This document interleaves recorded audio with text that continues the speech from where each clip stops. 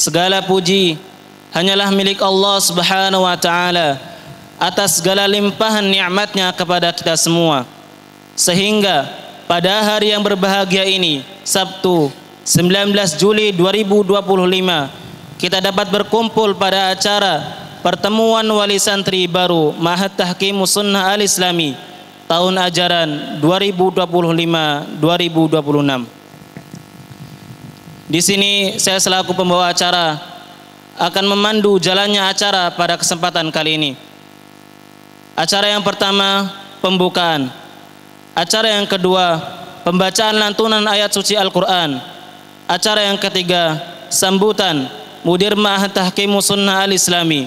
Acara yang keempat, penyerahan secara simbolis santri baru dari wali santri ke pihak Ma'had Tahqimus Sunnah Al-Islami. Acara yang kelima, sosialisasi kebijakan dan informasi dari Lajnah Kesantrian. Acara yang keenam, tanya jawab. Acara yang ketujuh, lain-lain. Acara yang kedelapan, penutup. Langsung saja kita memasuki acara yang pertama, yaitu pembukaan, yang kita telah buka bersama dengan dibacakannya khutbatul hajjah dan untayan rasa syukur kehadirat Allah Subhanahu wa taala serta salawat kepada Nabi Muhammad sallallahu alaihi wasallam. Memasuki acara yang kedua, pembacaan lantunan ayat suci Al-Quran oleh Ananda Zafran Akila Tondi, santri Syuqah Tahfidz dari kelas 8 SMP IT Al-Qudwah. Kepada Ananda dipersilakan. A'udzu billahi minasy syaithanir rajim. Wa wassaynal insana biwalidayhi ihsana. حملته أمه كرها ووضعته كرها وحمله وفصاله 30 شهرا حتى إذا بلغ أشده وبلغ 40 سنة قال رب أوزعني أن أشكر نعمتك التي أنعمت علي وعلى والدي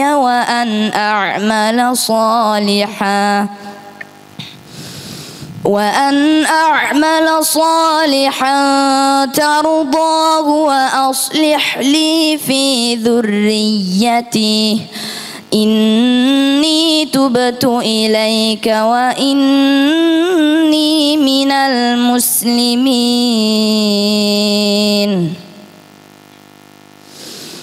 أولئك الذين نتقبل عنهم أحسن ما عملوا ونتجاوز عن سيئاتهم في أصحاب الجنة وعد الصدق الذي كانوا يوعدون. والذي قال لوالديه أف لكما أتعدانني أن أخرج وقد خلت القرون من قبلي وهما يستغيثان الله ويلك آمن إن وعد الله حق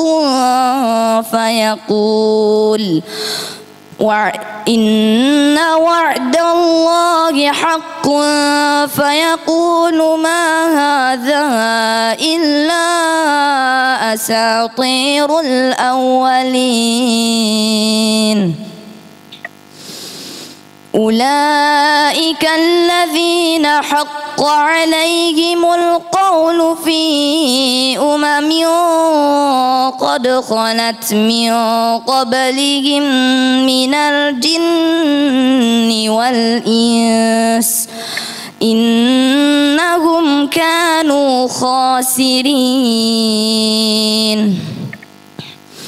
ولكل درجات مما عملوا وليوفيهم أعمالهم وهم لا يظلمون ويوم يعرض الذين كفروا على النار أذهبتم طيباتكم في حياتكم الدنيا واستمتعتم بها فاليوم تجزون عذاب الهون بما كنتم تستكبرون في الأرض بغير الحق وبما كنتم تفسقون Wassalamualaikum warahmatullahi wabarakatuh. Jazakallahu khairan kepada Ananda. Memasuki acara yang ketiga, sambutan Mudir Ma'had Tahqimus Sunnah Al-Islami kepada Ustadzuna Al-Fadil Al-Ustadz Abu Hammam Ahmad. Kami persilakan maju ke depan. Assalamualaikum warahmatullahi wabarakatuh. Bismillahirrahmanirrahim. Innal hamdalillah wassalatu wassalamu ala Rasulillah wa ala alihi wa sahbihi wa man walah. Asyhadu an la ilaha illallah wahdahu la syarika lah wa asyhadu anna Muhammadan abduhu wa rasuluh sallallahu alaihi wa ala alihi wa ashabihi wa sallama tasliman mazidah. Ya ayyuhalladzina amanu taqullaha haqqa tuqatih wa la tamutunna illa wa antum muslimun. Amma ba'du fa inna asdaqal hadisi kitabullah wa khairal hadi hadi Muhammadin sallallahu alaihi wasallam wa sharral umuri muhdatsatuha wa inna kulla muhdatsatin bid'ah wa kulla bid'atin dhalalah wa kulla dhalalatin finnar. Para asatidzah wal ustadzat, Bapak Ibu Dewan Guru rahimani wa rahimakumullah, Bapak-bapak, Ibu-ibu wali santri yang mudah-mudahan selalu dijaga dan dimuliakan oleh Allah Subhanahu wa taala. Anak-anakku sekalian, santri baru Ma'had Tahqimus Sunnah untuk tahun ajaran 2025-2026, kami sampaikan ahlan wa sahlan, selamat datang di Ma'had Tahqimus Sunnah Al-Islami Nunggal Rejo, Lampung. Dan khususnya anak-anak, kami sampaikan apa yang disampaikan oleh Rasul yang mulia sallallahu alaihi wasallam, marhaban bitullabil ilm. Selamat datang, mudah-mudahan kebaikan selalu menyertai orang-orang yang selalu berupaya untuk menuntut ilmu atau para penuntut ilmu. Bapak Ibu sekalian rahimani wa rahimakumullah, Ma'had kita, Ma'had Tahqimus Sunnah, mulai ada tumbuh di bulan Februari tahun 2005. Jadi kalau sampai hari ini usianya kurang lebih 20 tahun sudah. Dan alhamdulillah sudah 16 angkatan sebagai alumni pesantren kita ini. Jadi kemarin sebelum Idul Adha, sehari sebelum Idul Adha, kita mau wisuda para anak-anak kita angkatan 15-16 untuk putra. Jadi alhamdulillah dalam kurun 20 tahun sudah 16 angkatan alumninya, dan alhamdulillah kami mendengar kabar yang baik untuk anak-anak kita. Mereka tersebar di berbagai tempat dan tidak lepas dari belajar dan mengajarkan ilmu yang pernah mereka pelajari di ma'had kita ini. Walhamdulillah, ada yang masih melanjutkan belajar di beberapa perguruan tinggi, ada yang mengajar di berbagai macam pesantren, bahkan ada yang jadi mudir sebuah pesantren. Semua adalah dengan fadilah dan taufik dari Allah Subhanahu wa ta'ala. Kami sebagai orang tua berbangga kepada Allah Subhanahu wa ta'ala atas pertolongannya yang melimpah ruah kepada kita semuanya, sehingga anak-anak kita terdidik dalam ilmu agama, dalam akhlak yang baik, dan bisa menjadi contoh dengan segala kekurangannya bagi kaum muslimin umat Rasulullah sallallahu alaihi wasallam. Mudah-mudahan semua itu menjadi amal jariah bagi para asatidzah dan orang tua mereka masing-masing, karena dengan ilmu yang mereka sebarkan, dengan ilmu yang bermanfaat yang mereka sampaikan, yang mereka dakwahkan, itu merupakan amal yang terus kesinambungan yang akan menjadi milik bagi pemiliknya sampai meskipun mereka sudah berada di liang kubur, di alam barzah, sampai nanti di sisi Allah Subhanahu wa ta'ala.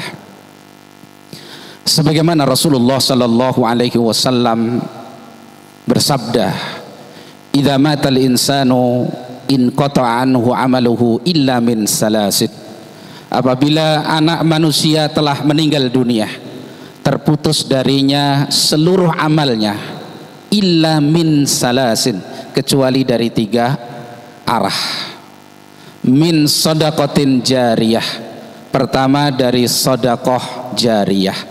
Sedekah harta kita yang kita letakkan, yang kemudian dimanfaatkan secara terus menerus oleh kaum muslimin, itu sedekah jariyah. Seperti misalkan kita meletakkan harta kita untuk pembangunan masjid yang digunakan untuk beribadah, untuk majlisul ilm, untuk kemudian halaqah-halaqah zikir, itu amal ibadah yang pahalanya terus mengalir sampai nanti yang bersedekah, yang berinfak tadi wafat meninggalkan dunia ini. Yang kedua, au ilmin yuntafa'u bihi, atau ilmu yang diambil manfaatnya. Maka ini merupakan fadilah yang besar yang Allah berikan kepada hamba-hambanya yang khusus, seperti para rasul, para ulama, para penuntut ilmu, para da'i ilallah yang menyampaikan tauhid, menyampaikan sunnah, memperingatkan umat dari bahaya kesyirikan, dari bahaya kebid'ahan, mengajak mereka kepada yang ma'ruf dan taat, mengingatkan mereka dari kemungkaran dan kemaksiatan, mengajari mereka akhlak yang bagus. Ini ilmu yang bermanfaat, yang terus akan memberikan manfaat kepada pemiliknya meskipun mereka sudah meninggalkan dunia ini. Berbahagialah. Kemudian yang ketiga, awaladin salihin yad'ulah, atau anak soleh yang karena kesolehannya berangkat dari ilmu tadi, dia selalu mengerti apa yang mesti dia kerjakan dan dia berikan untuk kedua orang tuanya, maka selalu hati dan lisannya mendoakan kedua orang tuanya. Meskipun orang tuanya sudah berada di meninggalkan dunia ini, tapi doa dari anak-anak yang soleh selalu menyambung kepada dirinya. Sampai Rasulullah SAW menghabarkan, orang tua begitu Allah berikan kepadanya surga, kemudian dinaikkan derajatnya dengan derajat yang tinggi yang tidak pernah terpikir pada dirinya. Dia takjub, dia heran, ya Allah, dari mana semua ini? Maka dikabarkan bahwa itu adalah dari doa anak-anakmu. Masya Allah, keberuntungan yang besar. Karena itu Bapak Ibu rahimani wa rahimakumullah, mendidik anak, punya anak itu sudah merupakan nikmat yang sangat besar. Punya anak, punya keturunan itu merupakan nikmat yang sangat besar. Tetapi setelah Allah karuniakan kepada kita anak keturunan, kewajiban kita adalah mendidik anak-anak kita. Ini sehingga keberuntungan besar nanti akan didapatkan oleh orang tua. Orang tua yang masuk dalam hadis Nabi tadi misalkan, itu siapa? Orang tua yang Allah karuniakan padanya anak dan dia faham bahwa anak ini menjadi kewajiban dia untuk mendidiknya.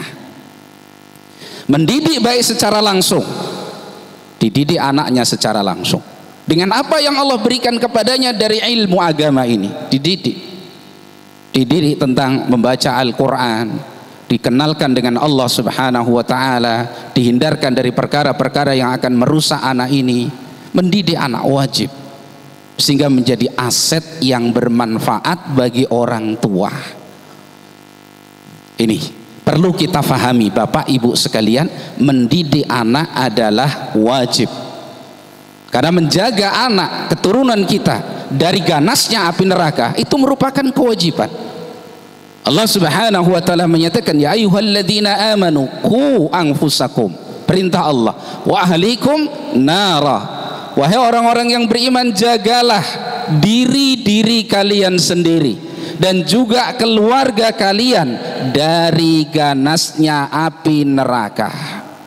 Ali ibn Abi Thalib radhiyallahu an menyatakan makna qu anfusakum wa ahlikum nara ay allimuhum wa addibuhum, ajari mereka ilmu, ajarkan kepada mereka adab. Dua bekal anak menjadi anak yang soleh: berilmu, beradab. Bahkan sebelum diajari ilmu, diajari adab, sehingga ilmu ada wadahnya. Wadahnya ilmu adalah adab. Ilmu yang tidak muncul menjadi adab yang nampak dalam kehidupan sehari-hari, ini ibarat api tanpa kayu bakar, ibarat pohon tidak berbuah. Nah, api tanpa kayu bakar nggak bisa nyala, jadi ilmunya nggak nampak. Pohon besar tapi tidak ada buahnya, nggak bisa dimanfaatkan, nggak menakjubkan orang yang melihatnya. Nah, ilmu tanpa amal seperti kayu bakar tanpa api. Ilmu tanpa amal seperti pohon tidak berbuah. Nah, amal dari ilmu itulah adab. Oh, dia mengerti apa kewajiban kepada Allah, dia terapkan ini sebagai adab kehidupan sehari-hari. Dia mengerti apa kewajibannya dan sikapnya kepada Rasulnya Sallallahu Alaihi Wasallam, dia terapkan dalam kehidupannya sehari-hari. Oh, ini yang halal, ini yang haram, dia terapkan dalam kehidupan sehari-hari. Ini Masya Allah ya, ini aset.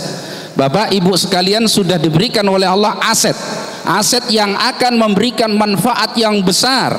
Bapak Ibu sekalian akan mendulang keberuntungan yang luar biasa fi dunya wa fil akhirah apabila Bapak Ibu mengerti bahwasannya mendidik anak itu wajib, sehingga membuat kita sadar, menumbuhkan kesadaran kita yang sangat, lalu kita beranjak untuk melaksanakan kewajiban tersebut, dididik anaknya.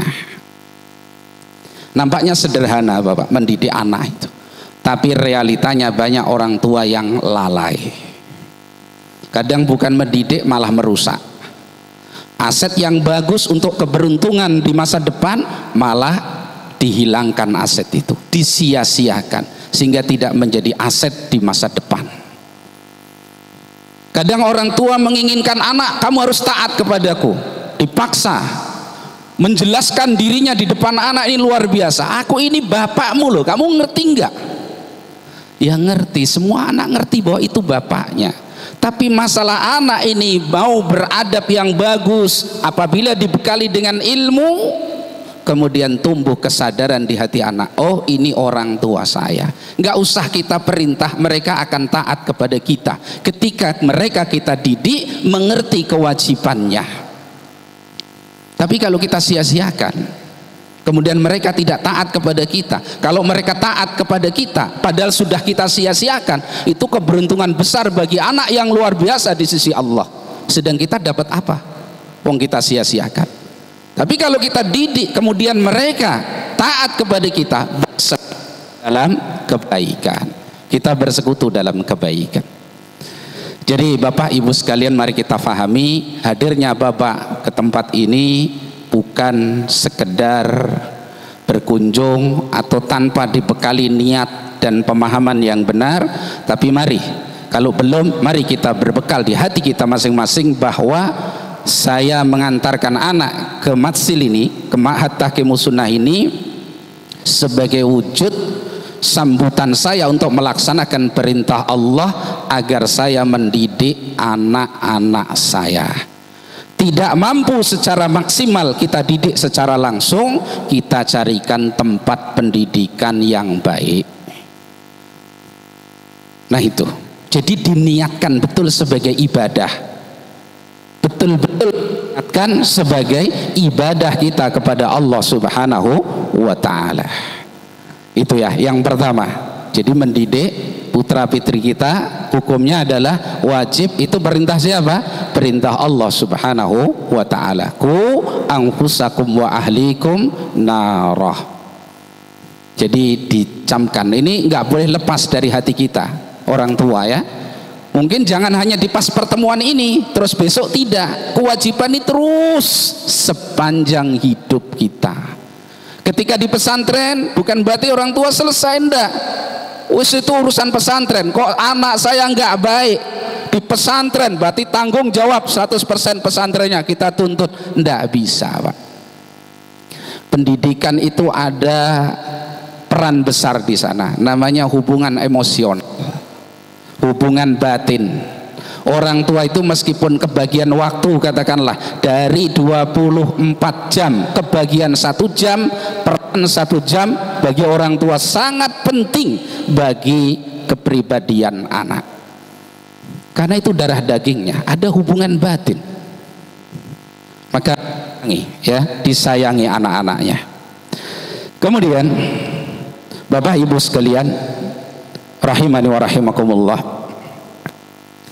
asra'ul asbab ila natijah marjuwah fi tarbiyatil aulad, tips atau sebab paling cepat dan paling bagus untuk kita sukses di dalam mendapatkan hasil yang kita harapkan dari pendidikan anak-anak kita. Mari kita pahami bersama dan nanti kita kerjakan. Kalau kita ingin berhasil mendidik anak-anak kita sehingga kedepannya kita memiliki anak-anak yang saleh, yang menjadi aset istimewa bagi kita. Yang pertama, doaul walidain, doa dari kedua orang tua. Jadi jangan bakhil, jangan pelit kita, hati kita dan lisan kita untuk mendoakan anak-anak kita. Pilih waktu-waktu yang mustajab, saat sujud dalam sholat, sepertiga malam yang akhir, antara adzan dan iqamah, saat turun hujan, selepas adzan, dan waktu-waktu yang lain yang disebutkan oleh para ulama sebagai waktu yang mustajab. Sampaikan doa kita kepada Allah. Tidak ada sebab yang paling kuat melebihi doa. Doa orang tua untuk anaknya termasuk doa yang mustajab. Maka sebut nama anak kita, doakan, doakan dan doakan. Jangan pernah lupa didoakan. Ketuk pintu langit, ketuk pintunya Allah. Allah akan mengijabahi. Ud'uni fastajib lakum. Berdoalah kalian kepadaku, aku akan ijabahi doa-doa kalian.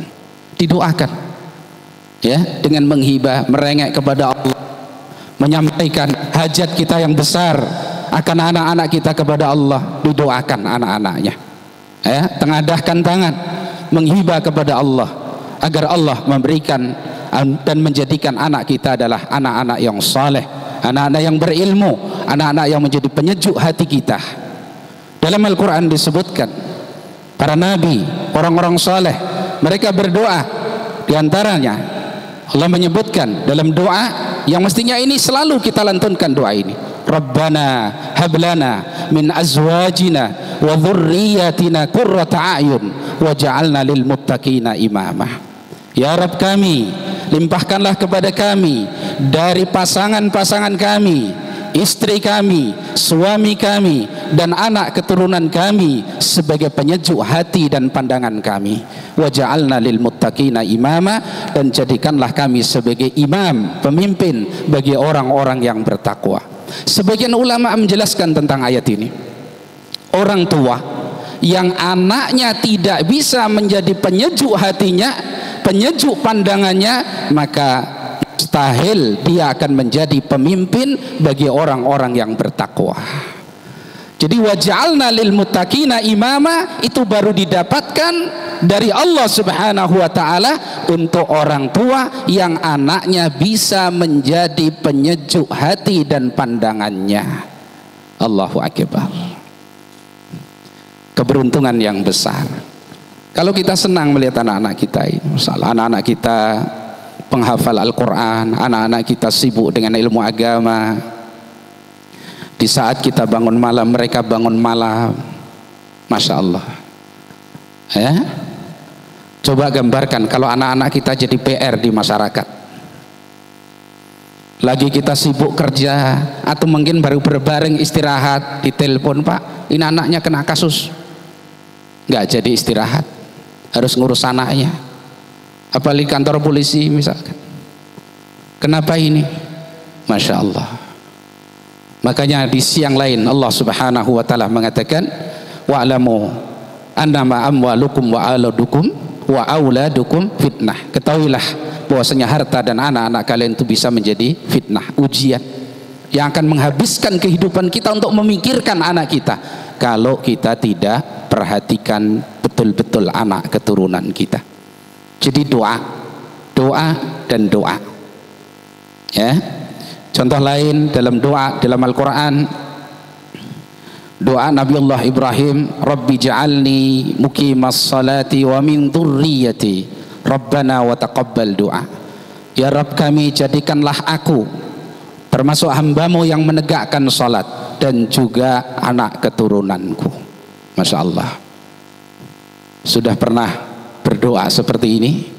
Padahal ini kita baca dalam Al-Quran.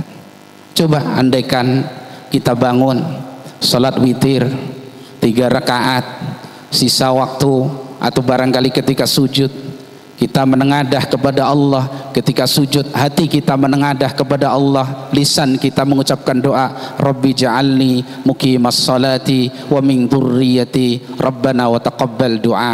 Kemudian Allah ijabah, selesai. Doa, peran doa.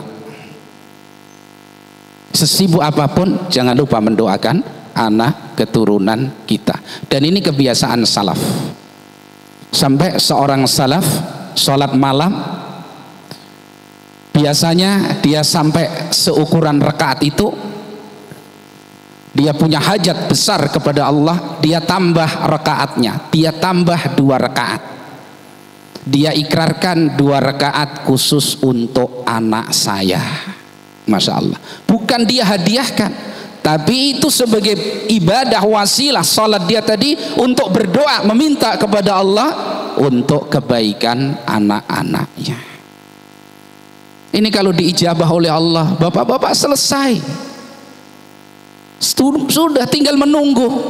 Aset yang demikian menguntungkan itu akan Allah bimbing kehidupannya dengan melalui doa-doa kita. Barangkali 24 jam selain di rumah kita nggak menyentuh anak-anak kita, tapi doa-doa kita selalu menyertai putra-putri kita.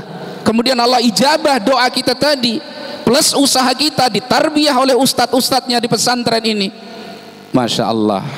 Jadilah anak-anak yang tumbuh berilmu, punya adab, mengerti kewajibannya kepada Allah, kepada Rasulnya, kepada agamanya, kepada guru-gurunya, kepada orang tuanya, kepada saudaranya. Selesai, kita tinggal mengucapkan syukur dan syukur kepada Allah Subhanahu wa ta'ala. Dan ini pekerjaan pokok dan berat bagi masing-masing orang tua. Kullukum ra'in wa kullukum mas'ulun an ra'iyatihi. Masing-masing kita adalah pemimpin dan masing-masing kita ra'in, pengembala asalnya. Masing-masing kita adalah pengembala. Anak-anak kita gembalakan yang baik dan nanti akan ditanya oleh Allah akan pengembalaan tersebut. Siapkan jawabannya. Ya. Yang selama ini masih kita sia-siakan anak-anak kita, hanya kita kasih makan begitu, apalagi dikasih yang merusak HP, dah terus didoakan sambil tidak khusyuk, mudah-mudahan Allah menyelamatkan engkau. Masya Allah. Jadi nggak nyambung antara amal dengan doa.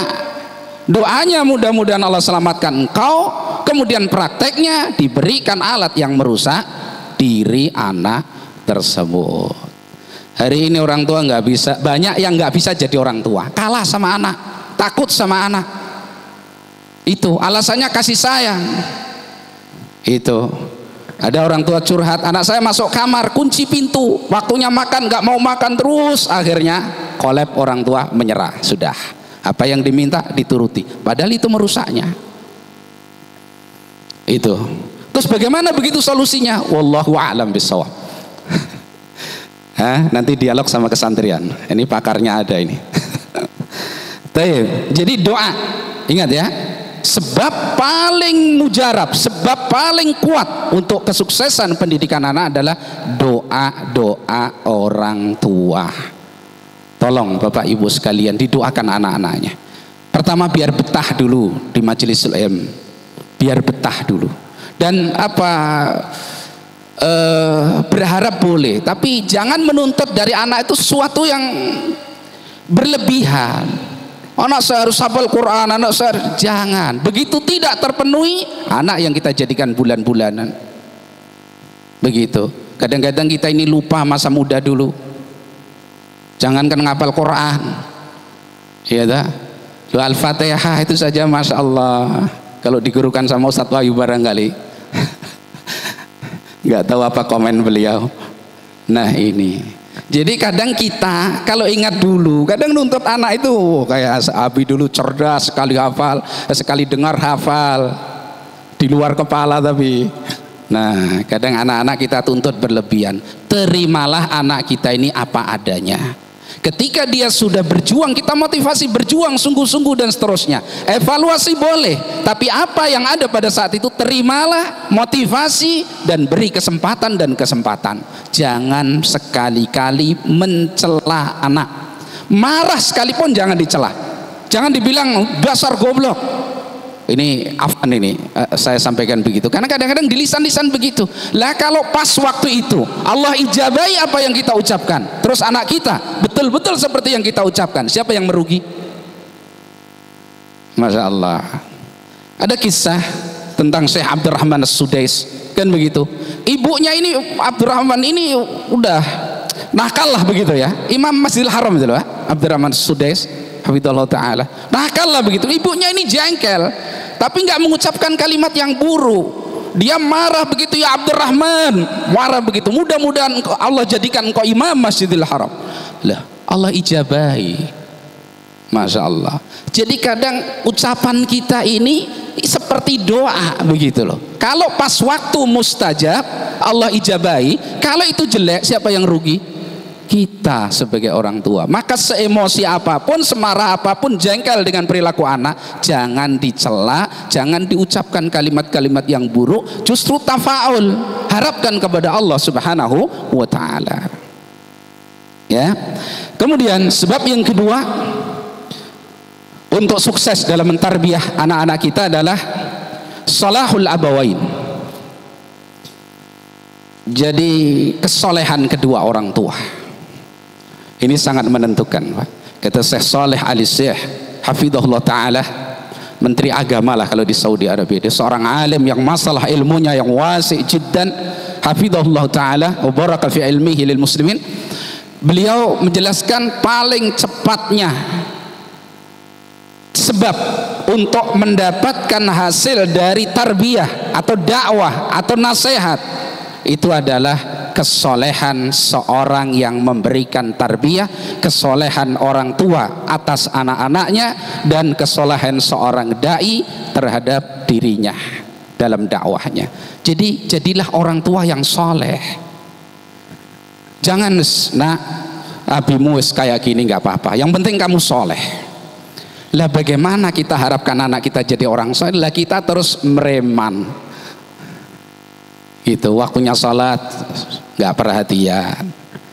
Lah kita ini sebagai orang tua, katakanlah anak diajari di pondok, nah ini pakaian ma'as-salamin ka'bain finnar misalkan, apa yang di bawah mata kaki itu diancam neraka. Lah orang tuanya ngangkat celana dari mata kaki aja kok ya berat. Gojai gini terus gitu sepanjang hidup biar enggak terancam neraka. Belajar soleh itu sederhana loh, maaf ini contoh aja sederhana. Nah seperti itu.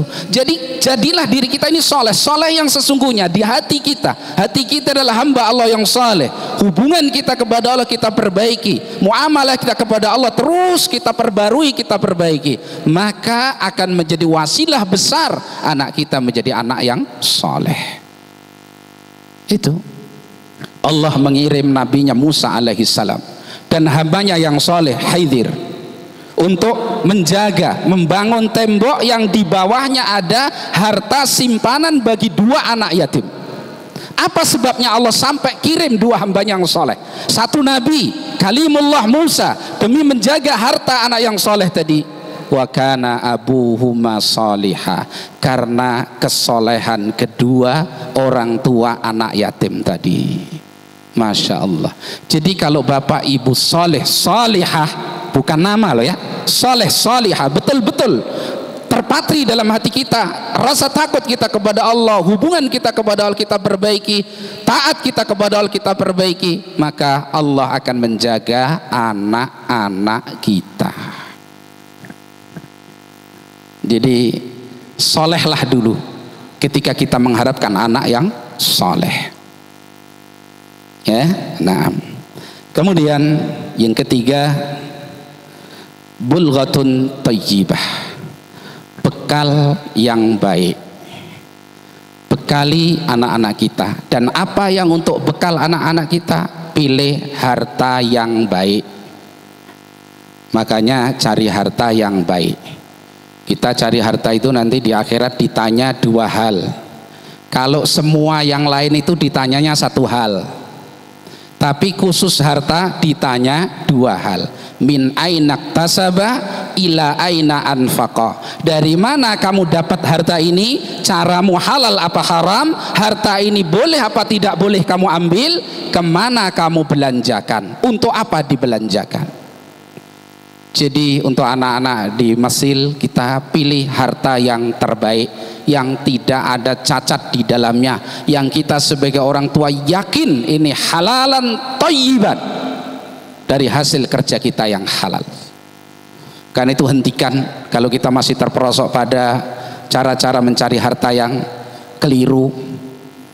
Kadang karena anak kita kasih makan dari harta yang tidak ada jaminan, tidak ada garansi dari kita bahwa itu pasti thayyib, bagus, halal, akhirnya berimbas kepada perilaku anak, moral anak, akhlak anak. Sampai ada hadis yang sebagian ulama mensahihkan, kullu lahmin nabatat min haramin fannaru aula lahu. Setiap daging yang tumbuh dari suatu yang haram maka layaknya ditempatkan di dalam neraka. Waliyadzubillah. Maka bekali dan siapkan untuk bekal anak-anak kita adalah harta-harta yang baik, dipenuhi, dipikir lebih dulu. Setiap bulan kewajiban anak, bahkan kalau sistem di Masjid ini sebenarnya akad minimal 1 tahun, akad minimal 1 tahun, jadi bayar 1 tahun. Kok nggak mampu barangkali saya setengah tahun enggak apa-apa. Kok udur betul, maka dikalkulasi dari 1 tahun tadi diambil per bulan, silahkan. Nah dipenuhi. Oh ini sudah waktunya anak-anak saya bayar. Sana anak-anak saya makan, tidur dan hidup di sana 24 jam. Kemudian kok belum saya tunaikan kewajiban untuk anak-anak saya loh, bukan kepada pesantren, untuk anak-anak kita. Ndaklah dipikirkan betul. Begitu ada ini dulu. Maka tips menjaga harta itu jangan dihitung-hitung terus, Pak. Kalau dapat harta ini kurang ini kayaknya, kurang kayaknya, akhirnya kurang betul. Udah dapat harta, syukuri kepada Allah. Mana prioritas yang harus kita belanjakan, belanjakan di situ. Oh, ini anak saya harus bayar uang pendidikan, segera dulu. Nanti kalau ini kurang, siapa yang mengatakan kurang? Dia, diiyakan oleh Allah, kurang betul. Loh, harta itu bukan masalah jumlahnya, berkahnya. Coba kalau kita pikir, orang yang gajinya per bulan berapa misalkan, yang banyak itu 10 juta misalkan, adalah itu masih sedang-sedang, mungkin begitu ya, 10 juta. Itu kadang-kadang kehidupan dan seterusnya kurang. Padahal kalau kita lihat saudara kita, ada yang barangkali dia jualan, yang kadang laku kadang enggak, barangkali sehari dapat uang 5.000, 10.000, tapi hidup dan bisa. Berarti kan masalah kecukupan yang Allah berikan, bukan masalah jumlah harta yang didapatkan. Nah, jadi tolong diprioritaskan kebutuhan anak-anaknya di majlisul ilm, dipilihkan harta yang terbaik, disertai doa. Ya, para ibu-ibu juga harus jadi motivasi yang besar untuk suaminya. Bapak-bapak ketika berangkat kerja, ikuti ucapan para salafiyat, ya, pendahulu ibu-ibu sekalian dulu, orang-orang saleh, istri-istrinya selalu kalau suaminya berangkat kerja diberi pesan, iyyaka wa kasbal haram fa inni asbiru alal ju' wala asbiru alan nar.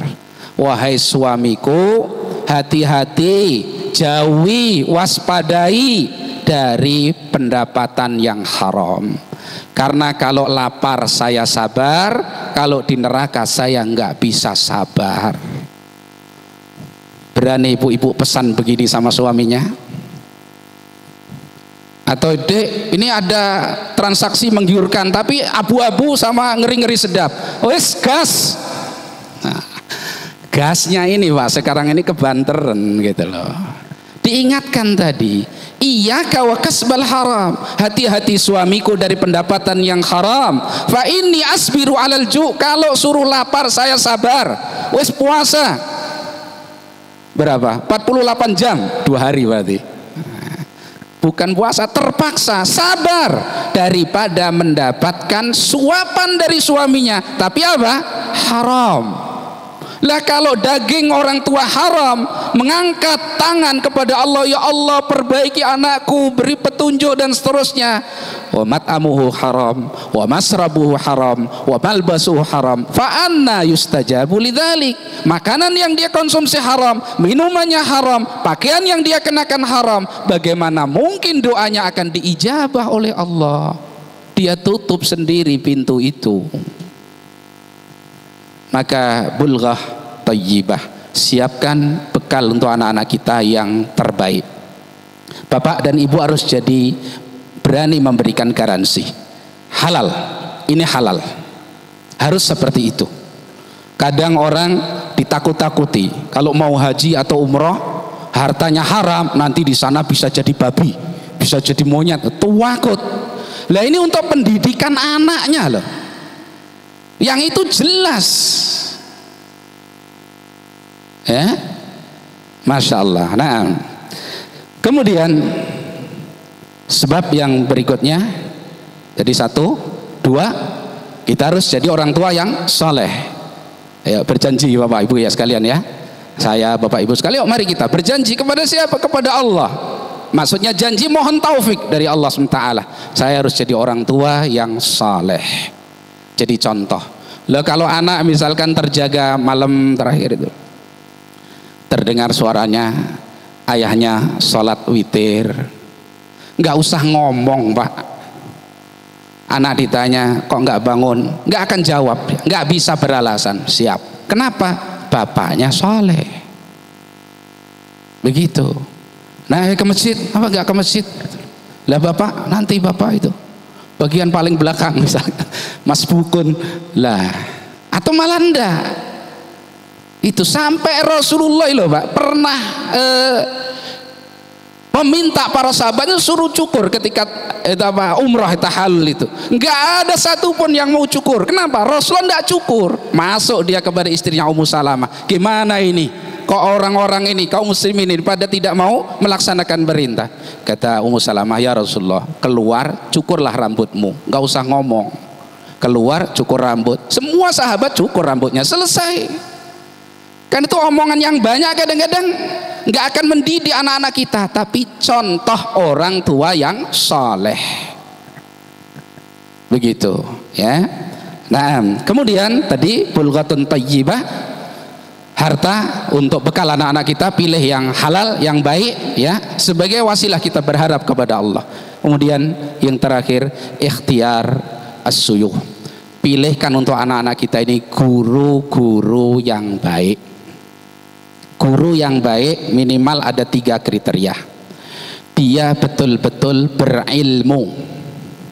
Jadi cari guru yang berilmu, bukan guru yang suka cerita. Namanya itu apa? Qasas, tukang cerita. Di sini aja nyantrinya.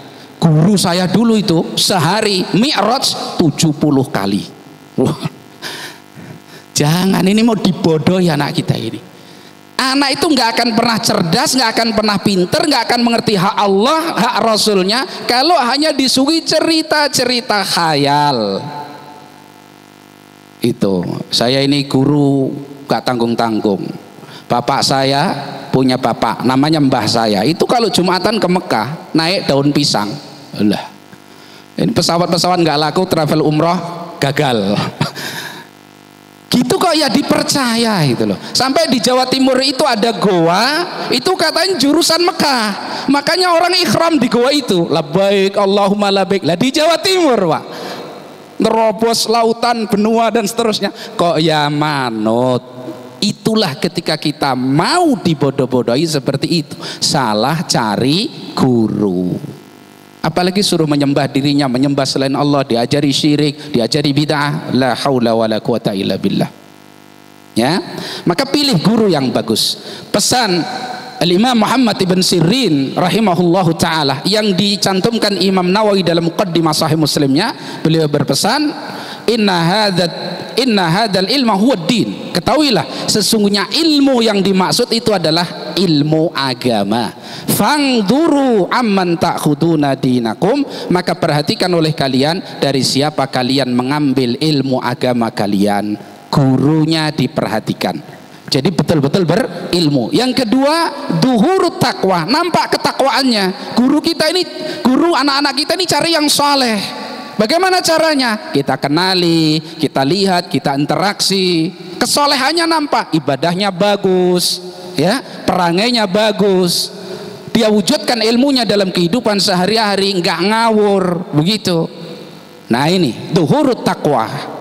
Ya, kemudian yang jelas yang wajib harus adalah salamatul aqidati wal manhaj. Guru yang akidah dan manhajnya, metode beragamanya selamat, yaitu pengikuti akidah dan manhaj salaful ummah, 3 generasi utama dari umat ini. Jadi anak-anak kita dibawa ke sana, bukan dibawa kepada dirinya, bukan dibawa kepada pendapatnya, tapi diajak, ya, terbang jauh menuju generasi awal dari umat ini, para sahabat, para tabi'in, para tabi'ut tabi'in, sehingga mereka bisa mendapatkan ilmu yang sesungguhnya.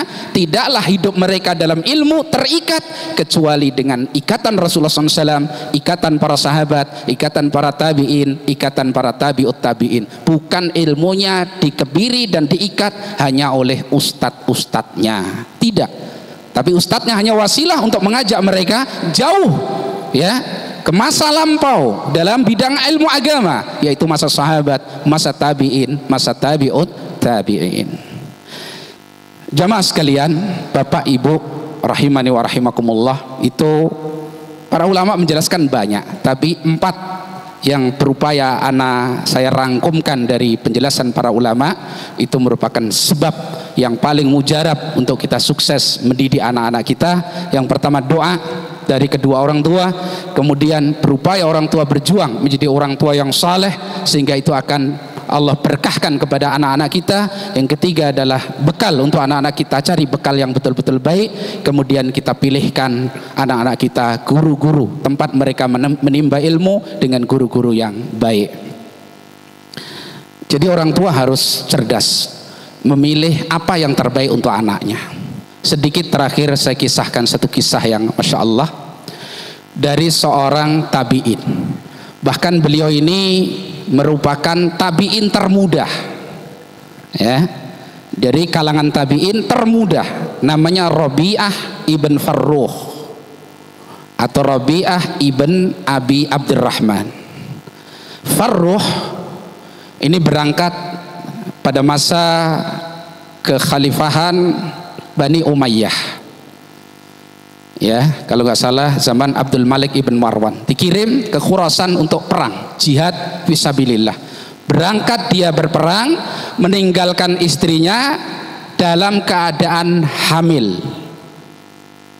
Istrinya ditinggalkan jihad fisabilillah dalam kondisi hamil, ditinggali uang 30.000 dinar. Banyak itu, Pak.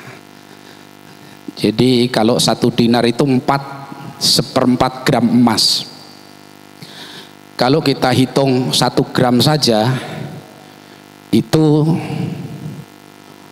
30.000 kali berapa harga emas misalkan 1 juta, ya kalikan Pak, 1 juta kali 30.000. Nah kalau kita hitung 3 juta atau 4 juta karena 4 gram tadi, kalikan 30.000, jadi 1 miliar lebih lah itu ya, ditinggal. Nanti bapak-bapak kalau pergi tinggal istrinya itu ya minimal 10.000 dinar lah gitu ya, dinar print-printan tapi gitu ya. Ditinggal berangkat perang karena tugas dan tugas.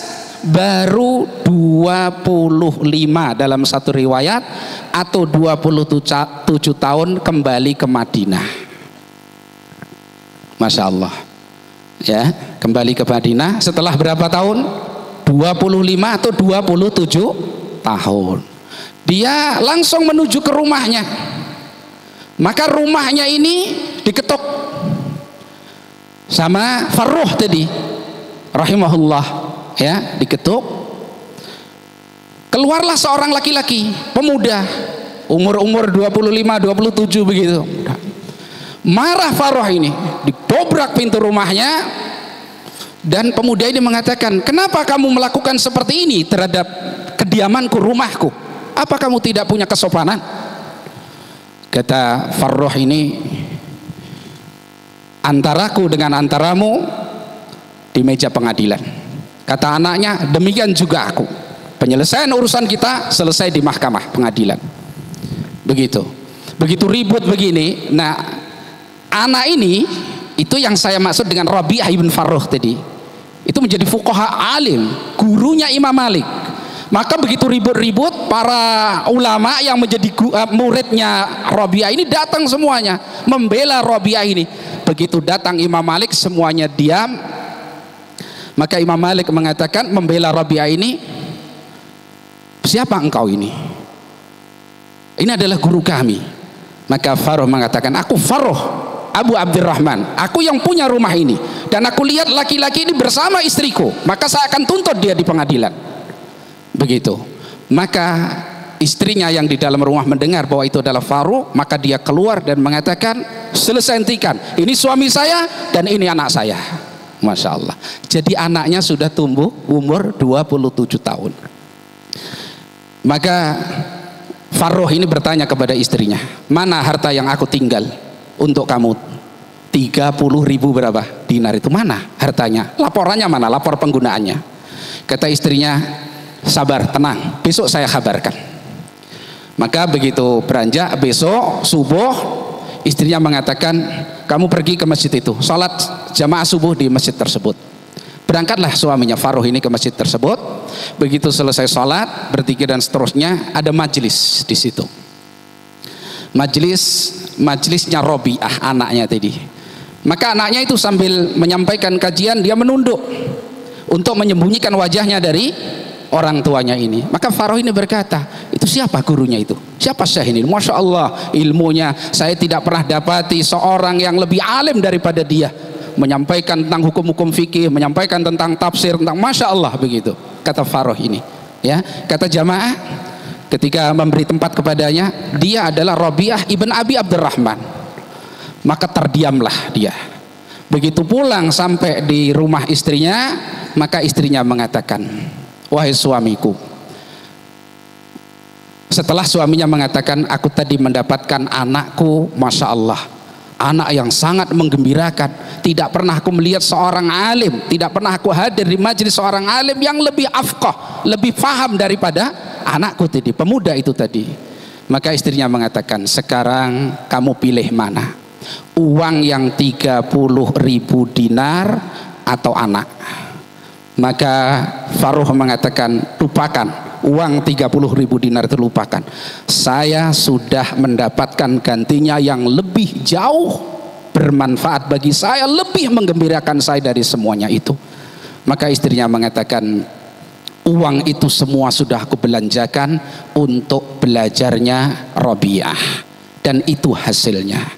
Maka suaminya tadi mengatakan, sungguh engkau telah menunaikan amanah dengan sebaik-baiknya. Masya Allah. Ini satu kisah yang sangat inspiratif, bagaimana seorang orang tua hendaknya mengerti apa yang terbaik untuk anaknya. Harta sebanyak apapun tidak akan mendapatkan nilai bagi kita melebihi kalau kita memiliki anak yang saleh, yang menjadi penyejuk hati kita. Karena ini akan berlangsung terus sampai nanti kita wafat, sampai nanti kita menghadap Allah Subhanahu wa Ta'ala. Demikian beberapa poin yang bisa kita sampaikan. Mudah-mudahan poin-poin singkat tadi bisa menjadi inspirasi bagi kita, motivasi bagi kita sebagai orang tua untuk terus bersemangat, ya, di dalam mendidik anak-anak kita, mensaranai anak-anak kita. Kalau dijumpai apa yang kita harapkan belum kita dapatkan, kembalikan kepada Allah Subhanahu wa Ta'ala, karena Allah yang paling tahu tentang kebaikan anak-anak kita. Dan terus bersemangat untuk menjadi motivator bagi anak-anak kita, belajar dan belajar ilmu agama sampai anak-anak kita betul-betul menjadi penyejuk hati kita dengan taufik dari Allah Subhanahu wa Ta'ala. Wallahu a'lam bishawab. Itu sambutan yang bisa saya sampaikan. Sambutan apa ini namanya? Mudah-mudahan disebut apapun, itulah yang bisa Anda sampaikan. Sekali lagi mudah-mudahan kita bersekutu dalam kebaikan di waktu ini, di majelis ini, dan mudah-mudahan Allah mengampuni dosa-dosa kita, menurunkan rahmat-Nya untuk kita, membimbing kita, ya, sebagai orang tua, untuk kemudian ke depan kita mendapatkan putra-putri kita sebagai penyejuk hati kita, bisa betah di ma'had ini, bisa belajar dengan baik. Dan mudah-mudahan doakan kami para asatidzah dan para ustadzat bisa bersabar untuk terus mendampingi anak-anak kita belajar ilmu agama, mengenal Allah, mengenal Rasulnya, mengenal agama Islam dengan sebaik-baiknya. Wallahu a'lam bishawab, wa akhiru da'wana alhamdulillahirabbil alamin. Assalamualaikum warahmatullahi wabarakatuh. Jazakallahu khairan kepada Ustadzuna Abu Hammam atas sambutan dan nasihatnya. Memasuki acara yang keempat, penyerahan secara simbolis santri baru dari wali santri ke pihak Ma'had Tahqimus Sunnah Al-Islami. Adapun dari pihak wali santri, insyaallah akan diwakili oleh Bapak Melki Jordiansah, dan dari pihak Ma'had Tahqimus Sunnah insyaallah diwakili oleh bagian tarbiyah Ma'had Tahqimus Sunnah Al-Islami Al-Ustadz Wahyu Abu Ubaid.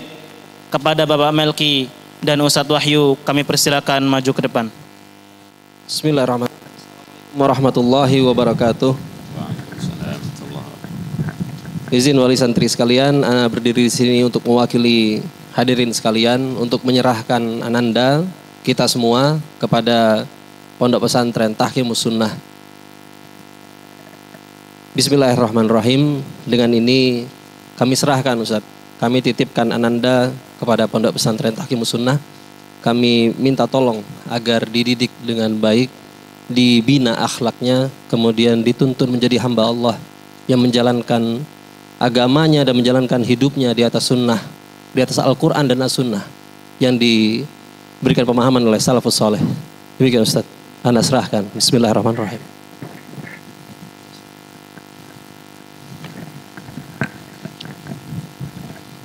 Bismillah, alhamdulillah. Dengan memohon pertolongan kepada Allah Subhanahu wa taala, kami segenap pengurus Ma'had Tahkimus Sunnah Al-Islami menerima amanah yang cukup besar ini, yang sangat besar ini. Semoga Allah Subhanahu wa taala senantiasa membimbing kita, memberikan kesabaran kepada kita semua untuk bisa menunaikan amanah dengan sebenar-benarnya. Terima kasih atas kepercayaan Bapak Ibu sekalian kepada kami. Semoga Allah Subhanahu wa taala senantiasa memberkahi semua langkah-langkah kita. Barakallahu fikum. Memasuki acara yang kelima, sosialisasi kebijakan dan informasi dari Lajnah Kesantrian Ma'had Tahkimus Sunnah Al-Islami yang insyaallah akan dipandu oleh Ustadz Andi Abdurrahman dan Bapak Hafiz Kaunang Ataji MPD. Kepada Ustadz Andi dan Bapak Hafiz, kami persilakan maju ke depan. Assalamualaikum warahmatullahi wabarakatuh. Bismillahirrahmanirrahim. Alhamdulillahi wassalatu wassalamu ala Rasulillah wa ala alihi wa sahbihi wa man wala. Wala hawla wala quwata illa billah. Amma ba'd. Segala puji bagi Allah Subhanahu wa taala yang telah memberikan kepada kita kenikmatan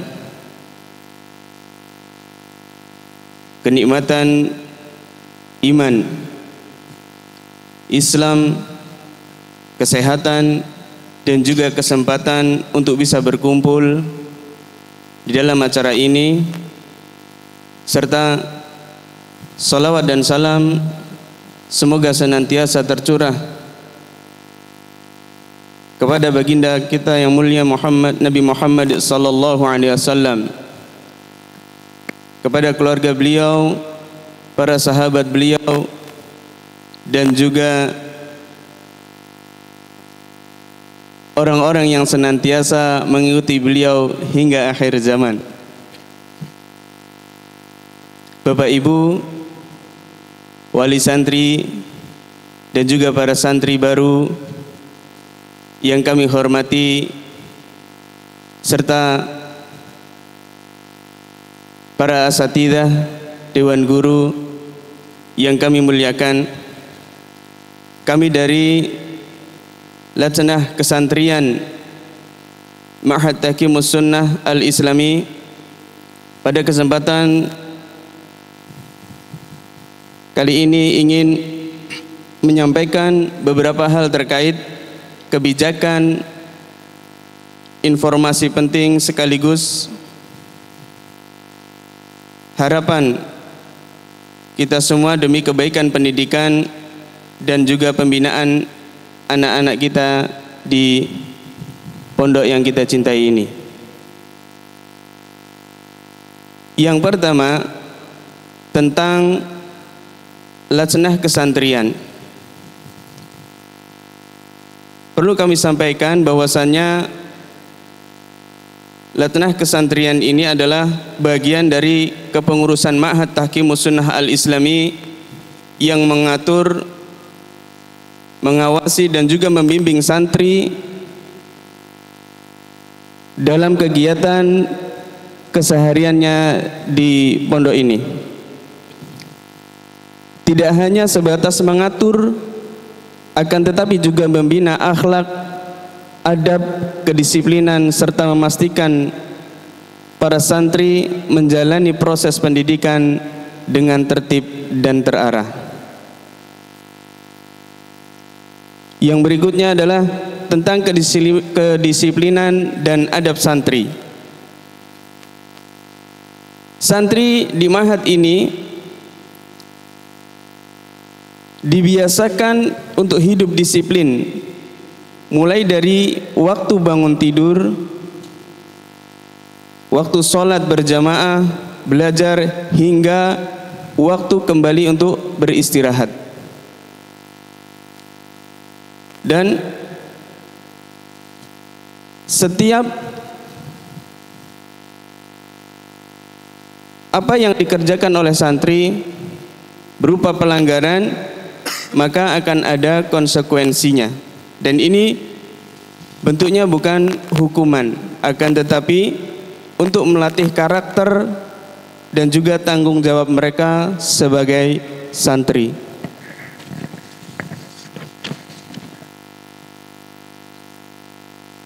Begitu juga dengan adab. Kami sangat menekankan bahwasannya para santri hendaknya memiliki adab yang baik kepada para guru, para ustadzah, para asatidzah, kepada temannya dan juga kepada orang tuanya, baik dalam bentuk ucapan maupun sikapnya. Dan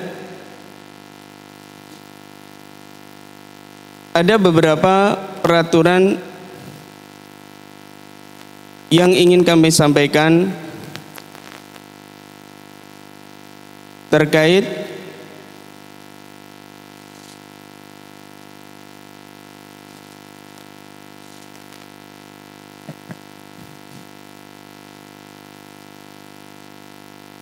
kegiatan santri.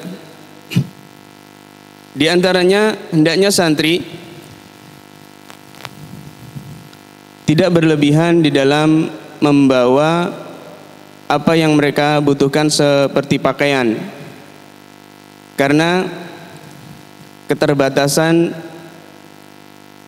loker atau lemari. Hendaknya membawa pakaian seperlunya saja, dan hendaknya perlu diperhatikan bahwasanya pakaian yang dibawa adalah pakaian yang syar'i, yaitu menutup aurat, tidak ketat, tidak bergambar makhluk yang bernyawa. Kemudian kami juga akan membacakan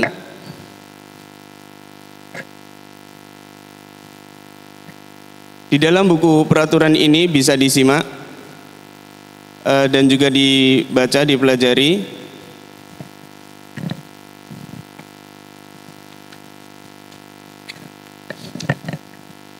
Kami akan membacakan kewajiban santri di Ma'had Tahkimus Sunnah ini. Yang pertama, di antaranya menjaga nama baik Tahkimus Sunnah Al-Islami. Juga mentaati tata tertib yang ada. Kemudian menjaga akhlak sesuai syariat, mengamalkan sunnah dalam amaliyah keseharian, berperan aktif dalam rangka menciptakan suasana pesantren yang kondusif untuk peningkatan kualitas keilmuan dan praktek keagamaan. Turut menjaga keamanan, ketertiban, dan ketentraman di lingkungan pondok pesantren, menjaga kebersihan, kerapihan, dan keindahan pondok pesantren, serta berperan aktif dalam pelaksanaan program 6R, rapi, sik, rawat, rajin, ringkas, dan ramah.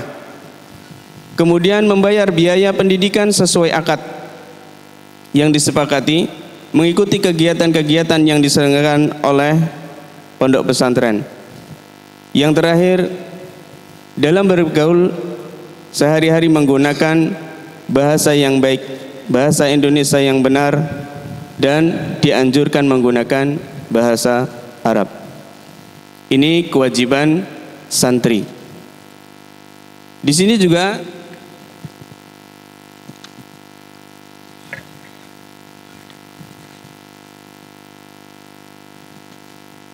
di akhir buku ini, di bab yang terakhir, ada pelanggaran santri, pelanggaran yang sangat berat,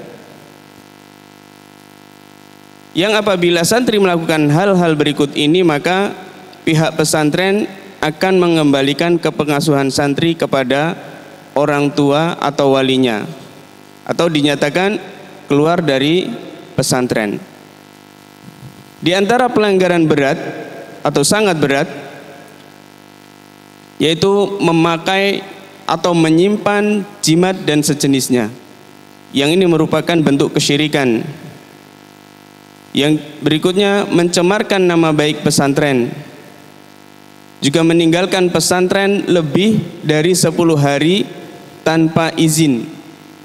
Jadi keluar ma'had tanpa izin terlebih dahulu dan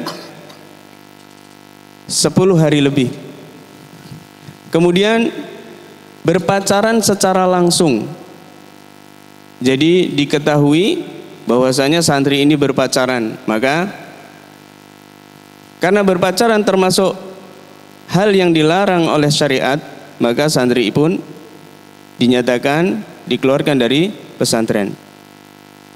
Yang berikutnya, terlibat atau memiliki bahkan mengkonsumsi atau bahkan mengedarkan obat-obatan terlarang atau narkoba dan sejenisnya. Kemudian berzina. Nah, berzina ini juga berzina dan sejenisnya seperti homoseksual atau lesbian atau LGBT, maka santri akan dikeluarkan dari pesantren. Atau bahkan terlibat tindak pidana berat atau terlibat kasus terorisme, aliran sesat dan yang semisalnya. Kemudian yang terakhir, terbukti membawa dan menggunakan handphone atau sejenisnya. Nah, hal ini yang tidak dibenarkan oleh lingkungan pondok pesantren, maka santri dinyatakan dikeluarkan dari pesantren. Mungkin ini yang bisa Anda sampaikan. Jika ada yang ingin ditanyakan terkait masalah kesantrian, dipersilahkan.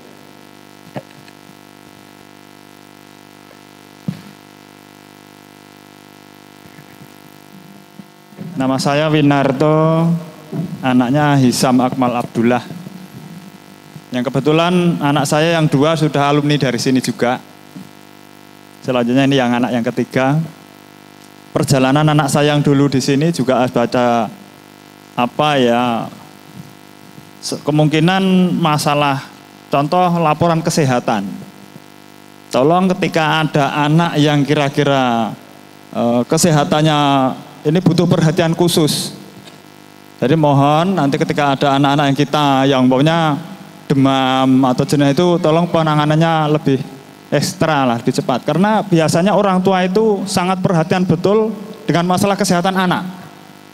Dimanapun ketika anak kita ini mendapati sakit, itu pasti orang tuanya, terutama ibu-ibunya, uminya itu luar biasa bergejolak.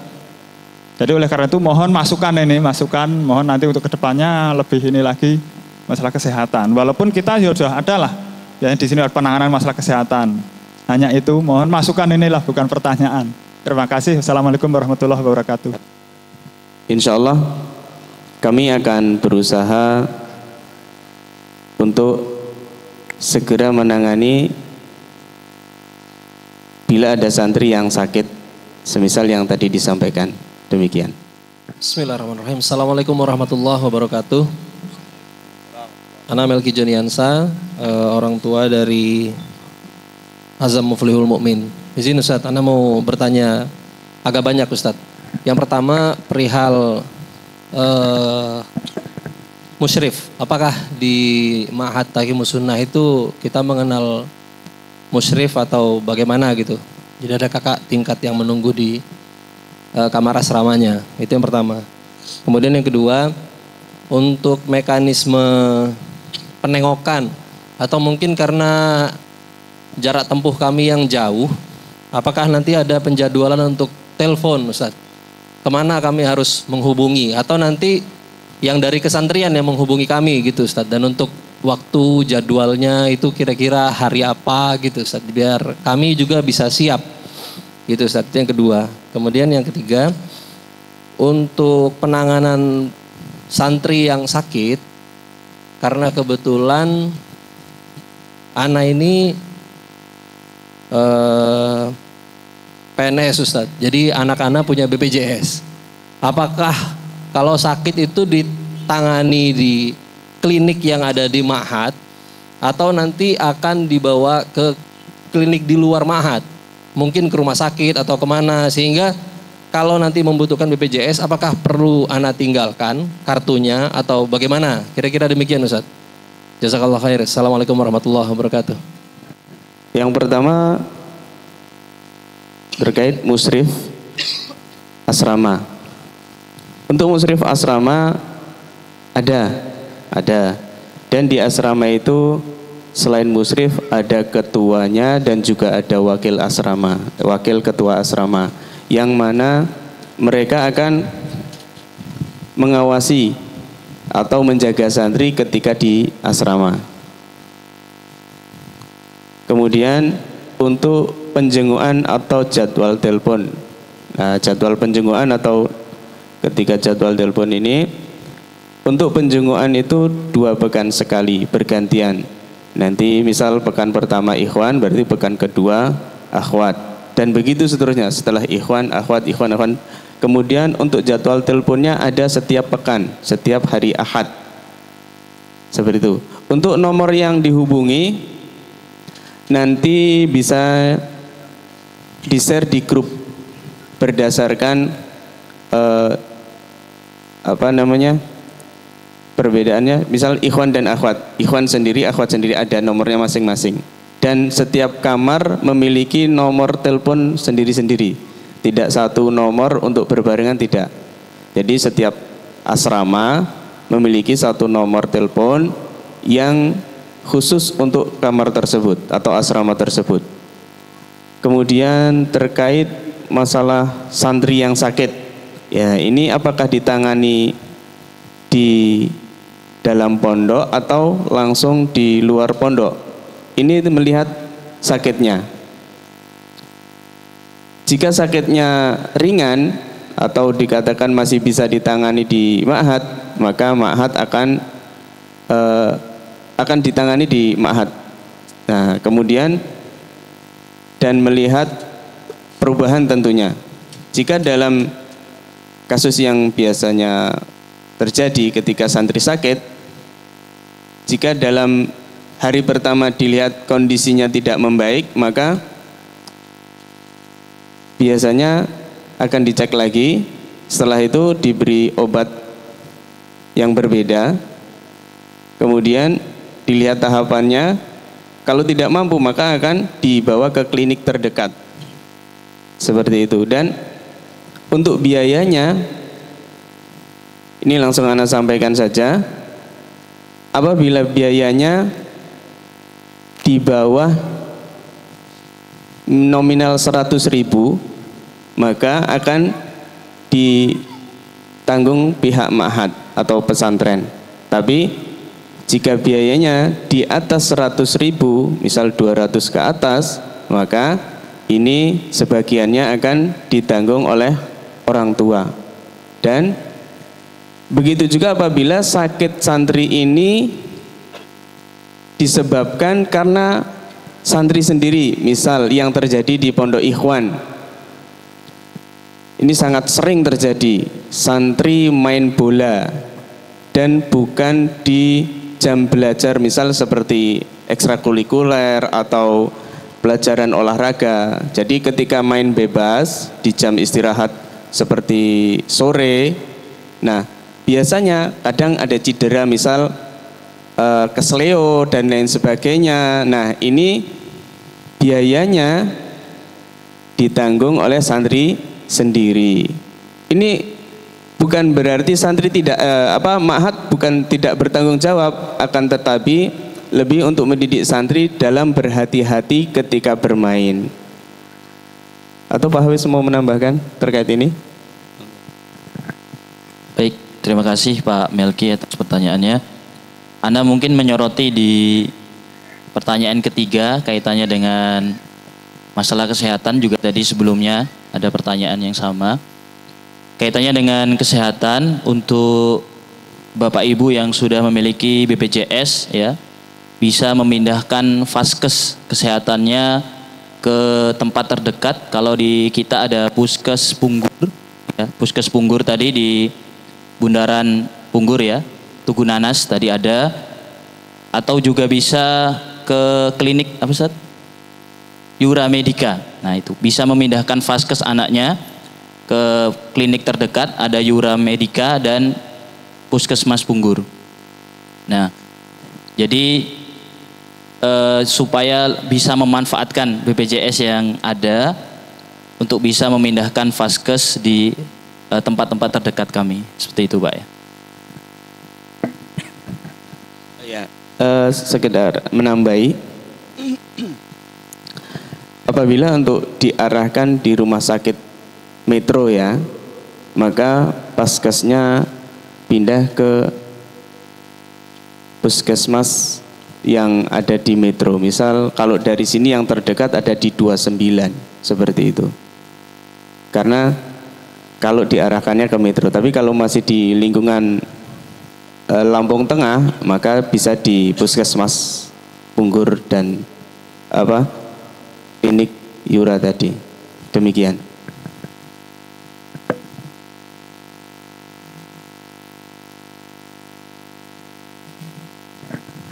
Monggo yang lainnya Bapak Ibu sekalian.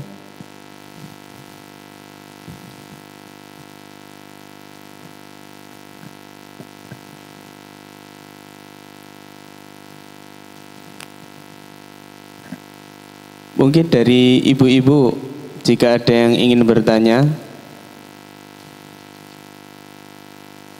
mic-nya sudah ada di sana.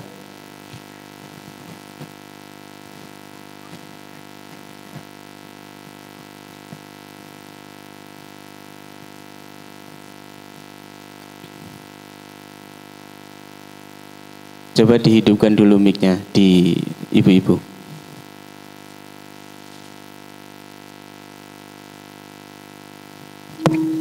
Tes, Ya. Insya Allah dari ibu-ibu tidak ada pertanyaan Pak. Alhamdulillah, berarti ibu-ibu sudah aman ya. Monggo yang dari bapak-bapak jika ada yang mungkin ada yang ingin bertanya dipersilakan. Assalamualaikum warahmatullahi wabarakatuh. Nama saya Andri, orang tua dari Faris Zaidan dari Bukit Kemuning, Lampung Utara. Terkait sekarang lagi marak Pak ya di berita ataupun di media-media kita saksikan bahwasanya pondok pesantren itu dekat dengan yang namanya bully Pak ya. Nah saya di sini ya untuk mengangkat kekhawatiran aja Pak. Jadi kiat-kiat apa yang sudah atau akan dilaksanakan pihak pondok demi mencegah kasus-kasus seperti itu, terutama mungkin di asrama ataupun di mungkin di lingkungan pondok khususnya. Mungkin itu aja Pak. Jadi pertanyaan kami mengenai bagaimana kiat-kiat atau cara pondok untuk mengantisipasi agar kita sebagai wali setidaknya agak tenang ya dan bisa nyaman seperti itu Pak. Karena kita sudah mengetahui mungkin metode-metode yang sudah dilakukan oleh pihak Matsil. Mungkin itu saja dari saya Pak. Assalamualaikum warahmatullahi wabarakatuh.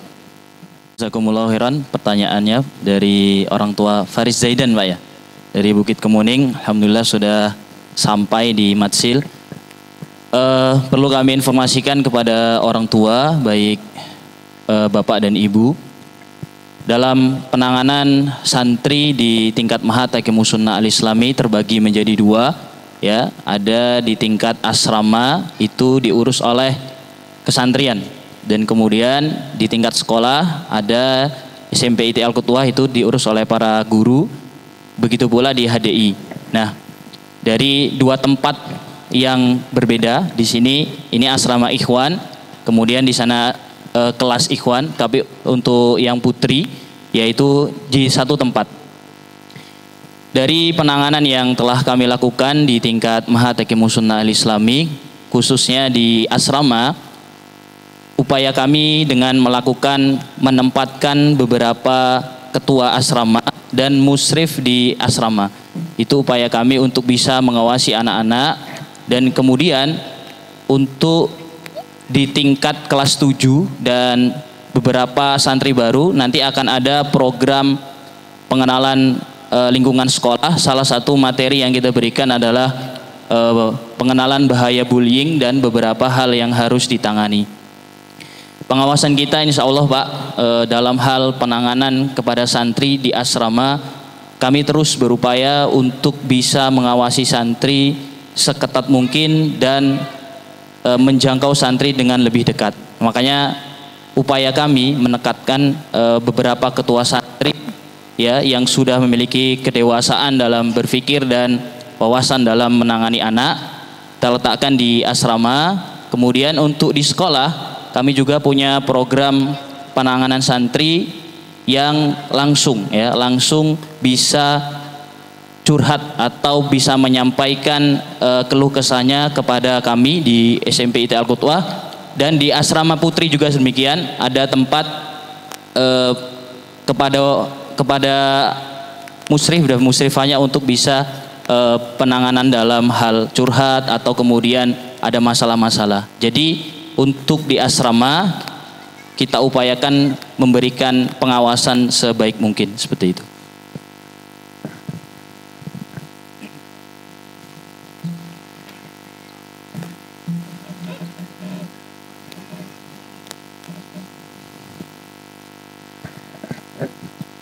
Ya mungkin itu Pak, terkait upaya kami untuk masalah bully ya, apalagi sekarang sedang marak-maraknya.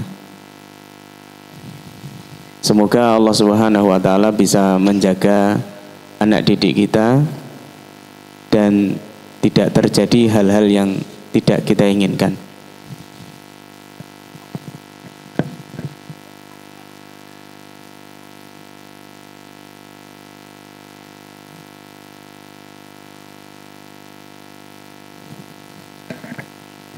Cukup Pak ya? Kalau cukup kami informasikan tambahan dari sekolah baik dari jenjang SMP dan Halaqah Dirosah Islamiyah HDI, untuk pembagian seragam ya, kita bagi insya Allah besok di hari Minggu di asrama masing-masing. Jadi sekali lagi kami sampaikan pembagian seragam insya Allah sudah jadi, bisa dibagi oleh musrif dan musrifahnya di asrama masing-masing besok di hari Minggu. Demikian. Jazakumullah khairan kepada Bapak Hafiz dan Ustaz Tandi. Memasuki acara yang selanjutnya yaitu lain-lain. Yang pertama, sosialisasi pembangunan Masjid Jami' Mus'ab Ibnu Umair yang insya Allah akan disampaikan oleh Bapak Rahmat Subakti. Kepada beliau dipersilakan. Bapak dan Ibu sekalian yang semoga senantiasa dirahmati oleh Allah Subhanahu wa taala. Yang pertama kami ucapkan ahlan wa sahlan di mahat kita tercinta ini, Mahat Tahkimus Sunnah Al-Islami. Semoga anak-anak kita semuanya bisa belajar dengan baik di mahat kita ini hingga selesai dan mendapatkan ilmu yang bermanfaat untuk kehidupannya di dunia dan di akhirat kelak nanti. Amin. Bapak Ibu sekalian, pada kesempatan pagi hari ini atau pada saat ini kami dari panitia pembangunan Masjid Jami' Mus'ab Ibnu Umair diberi amanah oleh ketua panitia dan para asatidzah untuk sedikit memberikan cerita dari proses pembangunan Masjid Jami' Mus'ab Ibnu Umair yang ada di sebelah kiri kita ini. Jadi saat ini kita berada di komplek baru dari Pondok Ikhwan, di mana yang sebelumnya Pondok Ikhwan itu ada di sebelah sana, yang saat ini digunakan oleh santri putri. Karena kebutuhan waktu itu, kebutuhan untuk santri putri itu sudah meningkat, sehingga alhamdulillah kita sudah memiliki lahan. Pemindahan pondok bisa segera dilaksanakan saat ini komplek pondok ada di tempat yang kita berada saat ini. Kemudian pondok baru ini dibangun bersamaan dengan masjid, karena tentu saja pondok membutuhkan pusat kegiatan kita ya, baik untuk beribadah ataupun belajar, sehingga dibangunlah masjid. Dan pembangunan masjid ini mengalami peningkatan untuk sisi luasnya karena kebutuhan dari jumlah jamaah juga meningkat. Masjid ini kita gunakan untuk ibadah dari para santri dan juga kegiatan ibadah dari masyarakat yang ada di sekitar pondok ini. Masjid Jami Mus'ab Ibnu Umair ini mulai dibangun itu di bulan Maret 2021 atau sekitar bulan Sya'ban tahun 1442 Hijriah. Itu mulai awal pembangunan dari penggalian untuk tapak-tapak pondasi dengan banyak titik yang kita gunakan, kurang lebih sekitar 60 titik tapak pondasi yang nantinya itu sebagai dasar utama untuk membuat pondasi slop pondasi ya. Dan dari 2021 pembangunan terus berjalan, alhamdulillah 2022 akhir itu sudah berdiri struktur utamanya dari tiang, kemudian slup-slup pondasi dan slup-slup untuk pengerjaan dak di lantai 2 dan di atap. Kemudian alhamdulillah pembangunan terus berjalan. Di pertengahan sekitar 2023 antara bulan Mei atau bulan Juni, masjid ini alhamdulillah ruangan utamanya bisa kita selesaikan, khususnya untuk pemasangan granit yang di ruangan utama. Masjid ini kita bangun dengan luasan itu 42 meter kali 36 meter persegi atau kurang lebih 1.512 meter persegi. Dengan ruang utama itu seluas 30 kali 30 meter persegi.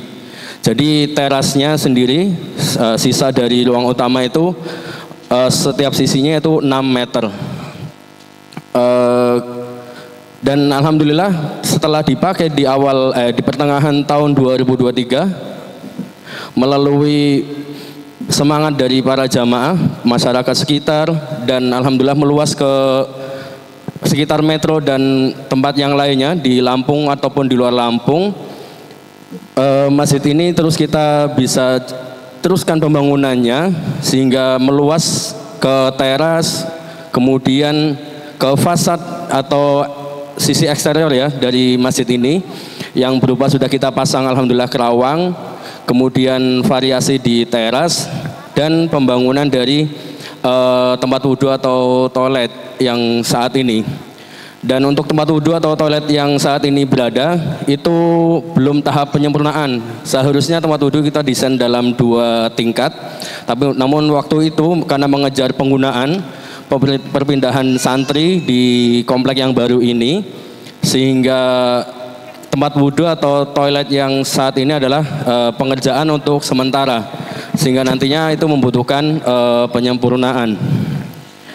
Untuk saat ini masjid alhamdulillah setelah digunakan untuk berbagai macam kegiatan. Yang utama adalah sholat berjamaah. Untuk keseharian sholat berjamaah itu masjid digunakan oleh kurang lebih sekitar 260 sampai 300 jamaah dari santri dan warga di sekitar Mahat ini.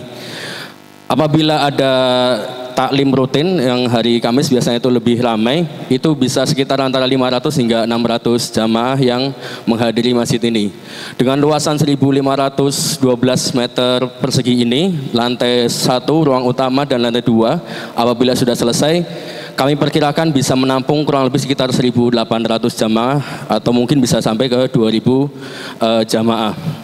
Alhamdulillah hingga 2025 ini, di pertengahan 2025 ini pembangunan penyelesaian dasar ya, untuk dasar fasad dan eksterior masjid sudah tampak, Bapak Ibu bisa melihatnya langsung, tinggal memberikan sentuhan-sentuhan finishing di eksteriornya. Kemudian yang sedang kami kejar adalah di lantai 2, yaitu nanti yang belum terkerjakan di lantai 2 adalah pemasangan keramik, kemudian plafon, kemudian jaringan kabel untuk kelistrikan. Namun secara umum sisa pengerjaan masjid ini ada sekitar 10 poin. Yang pertama adalah pengerjaan lantai 2 itu yang tadi saya sebutkan. Kemudian untuk plafon lantai 2 dan plafon di teras, plafon teras ini belum kita pasang. Kemudian pengerjaan berikutnya adalah pintu dan jendela di ruang utama serta jendela di lantai 2. Nanti kita juga pasang selain karena sudah ada kerawang, namun kita untuk lebih pengamannya akan kita pasang jendela kaca. Itu sebagaimana juga dari saran atau desain dari arsitek masjid kita ini. Kemudian pengerjaan berikutnya yang belum kita kerjakan adalah keramik atau granit di tangga untuk naik ke lantai 2 dan atap. Kemudian pagar di tangga dan di lantai 2. Kemudian granit atau keramik di teras, yang tangga teras ini yang bawah itu juga belum kita kerjakan. Kemudian penyempurnaan tempat wudhu yang sudah ada, dan mudah-mudahan nanti ada rezeki bisa kita tambahkan tempat wudhunya satu baris lagi di sisi tempat wudhu yang sekarang sudah ada. Kemudian adalah penyempurnaan fasad dan finishing fasad atau eksterior dari masjid. Kemudian sound system belum kita pasang, yang baru sudah kita pasang dari sound system adalah jaringan kabel untuk sound system itu sendiri. Sementara sound system secara keseluruhan belum kita pasang, kita baru memakai sound portable ya, yang bisa dipindah-pindah itu. Kemudian yang terakhir, yang poin ke-10 adalah finishing secara keseluruhan, baik itu yang lepo ataupun aci, cat dan segala macamnya. Jadi kurang lebih ada sekitar 10 poin pengerjaan yang belum sempat kita kerjakan. Namun hingga saat ini masjid alhamdulillah sudah bisa dimanfaatkan untuk berbagai kegiatan dan amal-amal soleh oleh para santri dan para warga di sekitar Mahat dan jamaah pada umumnya. Kemudian RAB masjid ini pada awal pembangunan itu kurang lebih 6,5 miliar. Namun dalam berjalannya waktu ternyata banyak material yang bisa dibilang bukan naik ya, tapi berubah harga. Bisa jadi secara keseluruhan ketika selesai nanti keuangan yang digunakan itu bisa melebihi dari RAB yang awal ini. Kemudian untuk lantai 2 itu kita targetkan sudah hampir separuh pengerjaan sudah kita kerjakan. Kemarin kita melakukan penggalangan untuk lantai 2 itu berupa pemasangan kerawang, kemudian jaringan kabel, kemudian lantai atau keramik, pagar, pembatas, kemudian keramik tangga. Dengan total keseluruhan kebutuhan untuk penggalangan yang terakhir yang kami sampaikan itu sekitar 578 juta dan sudah tercapai sekitar 300 sekian juta, dan masih dibutuhkan untuk penyelesaian di lantai 2 itu sekitar 271 juta rupiah.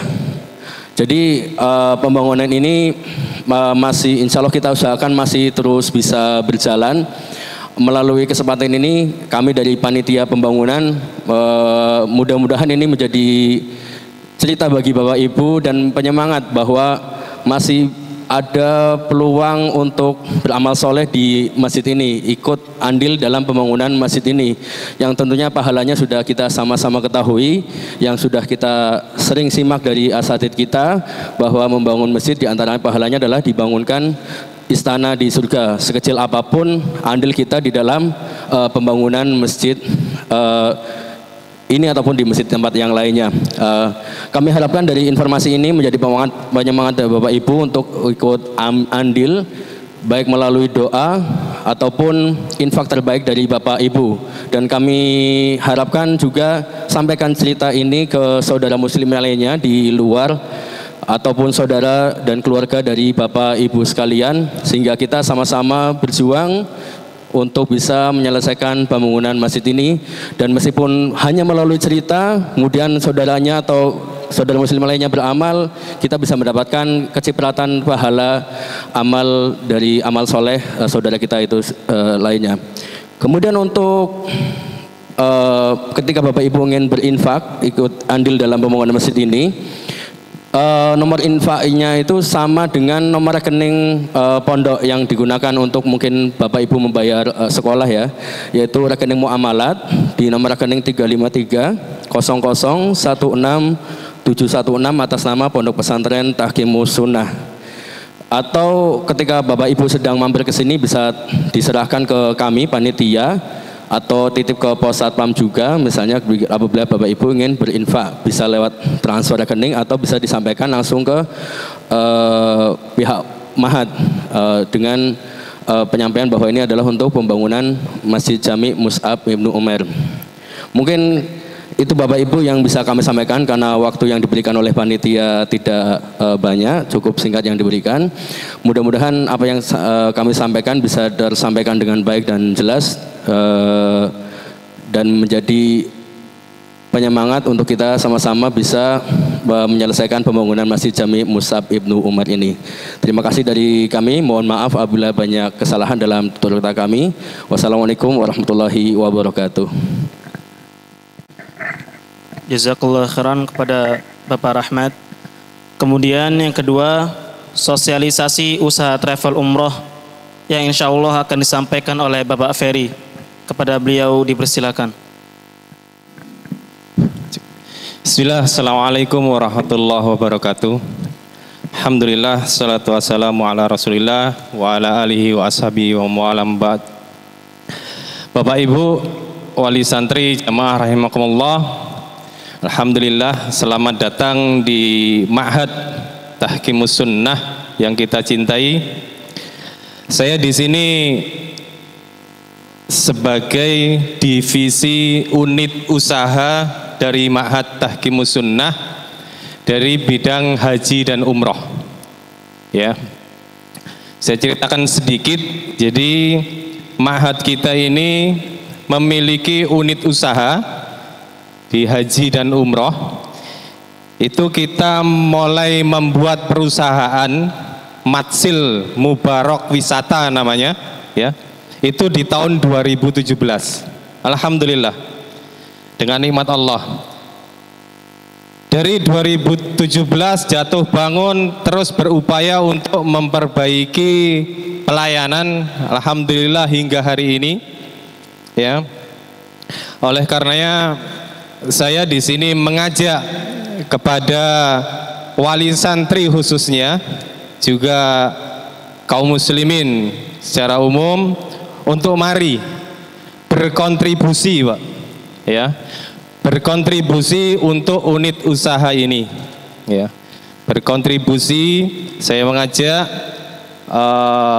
jamaah yang mau berangkat haji plus atau haji khusus atau barangkali mau umroh bisa menghubungi nomor yang sudah kita bagikan di brosur. Ya, tadi sudah dibagikan oleh panitia, ada brosur yang di situ tertera ada nomornya admin Mas Dedek Mulyana. Ya. Kalaupun misalkan Bapak Ibu sekalian belum mau berangkat, nah, bentuk kontribusinya bagaimana? Ya, menyampaikan, menginformasikan barangkali kepada keluarga, kerabat, ya, tetangga atau teman-teman begitu. Itu bentuk kontribusi.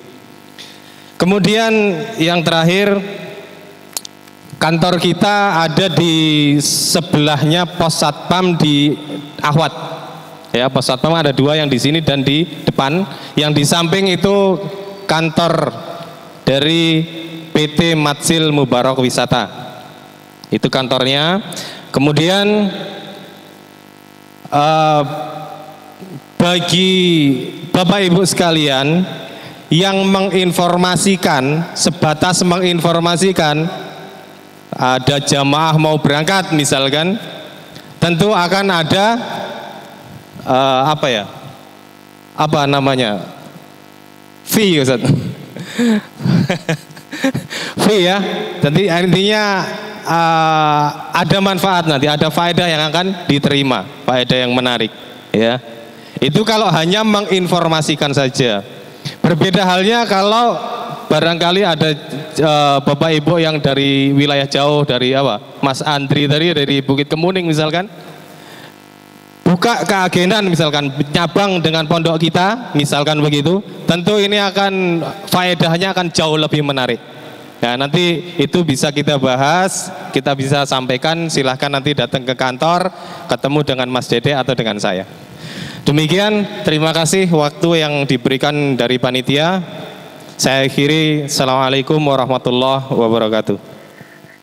Jazakallah khairan kepada Bapak Ferry. Memasuki acara selanjutnya yaitu penutup.